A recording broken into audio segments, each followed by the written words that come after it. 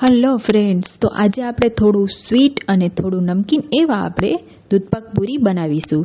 જેના માટે મેં 1-2 ચમચી જેટલા ચોખા લઈ લીધા છે. આ ચોખાને આપણે એકદમ સરસ રીતે આપણે ધોઈ લેવાના છે. એકદમ સરસ રીતે ધોવાઈ જાય ત્યારબાદ તેમાં આપણે પાણી એડ કરીને આપણે એને 1 કલાક માટે પલળવા દેશું. હવે આપણે આ 1 લીટર દૂધને ઉકળવા મૂકી દેશું. આ દૂધને આપણે એકદમ સરસ રીતે ઉકળવા દેવાનું છે. ત્યારબાદ તેમાં આપણે આ પલાળેલા ચોખા નાખી દેશું.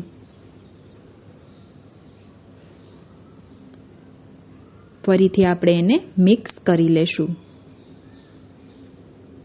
એકદમ સરસ રીતે આપણે મિક્સ કરીને આપણે ધીમા ગેસ ઉપર આને પાકવા દેવાનું છે.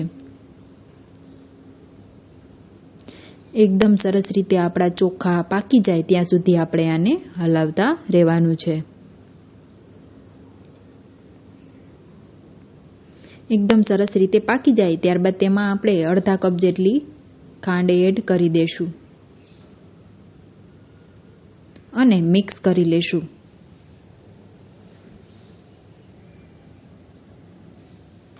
ખાંડને આપણે થોડીવાર માટે પાકવા દેશું જેથી કરીને આપણે એકદમ સરસ રીતે ખાંડ પાકી જાય. ત્યારબાદ તેમાં આપણે 2 ચમચી જેટલી મલાઈ એડ કરી દેશું.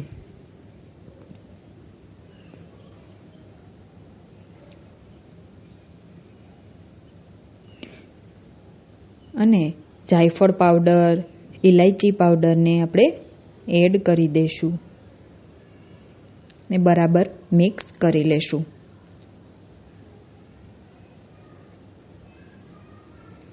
ફરીથી આપણે આને પાકવા દેશું. 1-2 મિનિટ જેટલું આપણે આને ધીમા તાપે પાકવા દેશું. એકદમ સરસ રીતે આપણો દૂધપાક પાકી જાય છે.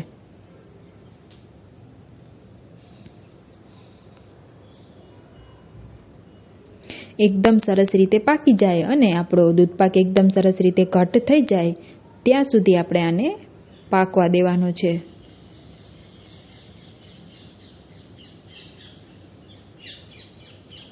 હવે આપણે આને એક બાઉલમાં કાઢી લેશું. જેટલો આપણે દૂધપાકને પાકવા દેશું એટલો આપણો દૂધપાક ટેસ્ટી બનશે.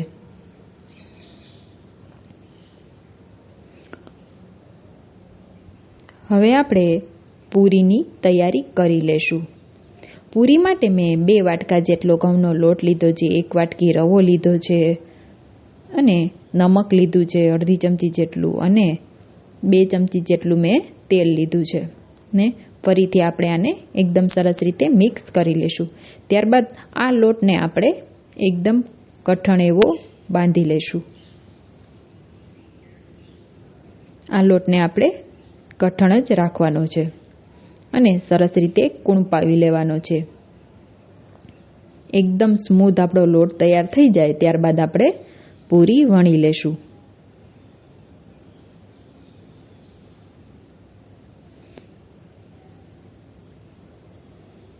એકદમ સરસ રીતે આપણે પૂરી બધી વણી લેવાની છે. હવે આપણે એક બાજુ આપણે તેલને ગરમ થવા મૂકી દેશું.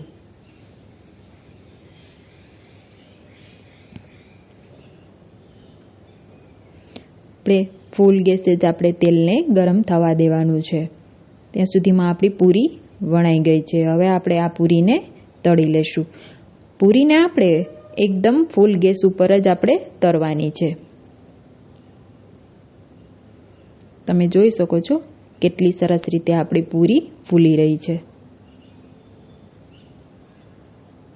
આવી રીતે આપણે બધી પૂરીને તૈયાર કરી લેશું. આપણી પૂરી એકદમ સરસ રીતે તળાઈ ગઈ છે. હવે આપણે એને સર્વ કરી લેશું. તો આપણા ગુજરાતીઓનું ફેવરિટ એવું દૂધપાક પૂરી તૈયાર છે. એકવાર જરૂરથી ટ્રાય કરજો અને મારા ચેનલને લાઈક, શેર અને સબસ્ક્રાઈબ કરવાનું ભૂલતા નહીં. થેન્ક યુ મિત્રો.